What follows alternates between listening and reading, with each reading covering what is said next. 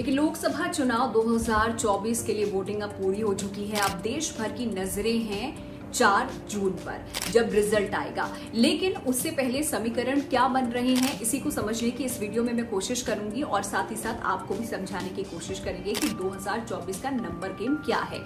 यहाँ पर टॉप पर पहुंचने वाले राज्यों में राजनीतिक दलों को कितनी सीटें मिल सकती हैं, इसका अनुमान भी हम लगाएंगे और 2024 चुनाव के परिणाम की स्थिति से साफ हो जाएगी। तो चलिए शुरुआत करते हैं देश के सबसे बड़े राज्य यूपी के साथ।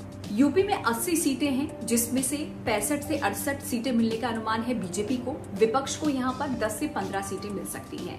इसके बाद बिहार की तरफ आते हैं। यहाँ पर 40 सीटें हैं, 25 सीटें एनडीए को मिल सकती है, 15 सीटें इंडिया गठबंधन को। महाराष्ट्र में एनडीए को बड़े नुकसान का अनुमान जताया जा रहा है। 48 सीटों में से एनडीए को 20, विपक्ष को 28 सीटें मिलने का अनुमान है। इसके बाद दिल्ली में 7 में से 2 सीट इंडिया गठबंधन को मिल सकती है।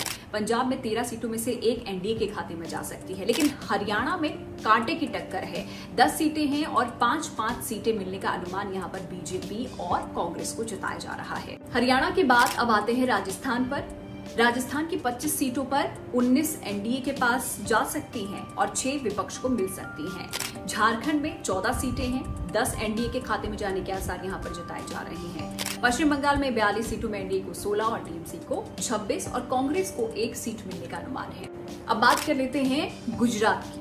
यहाँ पर 26 लोकसभा की सीटें हैं, एनडीए को 23 मिल सकती हैं और विपक्ष को 3 सीटें मिलने का अनुमान जताया जा रहा है। वहीं मध्य प्रदेश के 29 सीटों में एनडीए को 27 और विपक्ष को 2 सीट मिलने का अनुमान जताया जा रहा है। दक्षिण भारत की तरफ आते हैं और कर्नाटक की बात करते हैं। 28 सीटों में से 20 एनडीए, 8 विपक्ष। तेलंगाना की 16 सीटों में 8 कांग्रेस, 7 बीजेपी और 1 एआईएम को मिल सकती है। तमिलनाडु की 39 सीटों में इंडिया गठबंधन को 36 सीट मिलने के आसार है।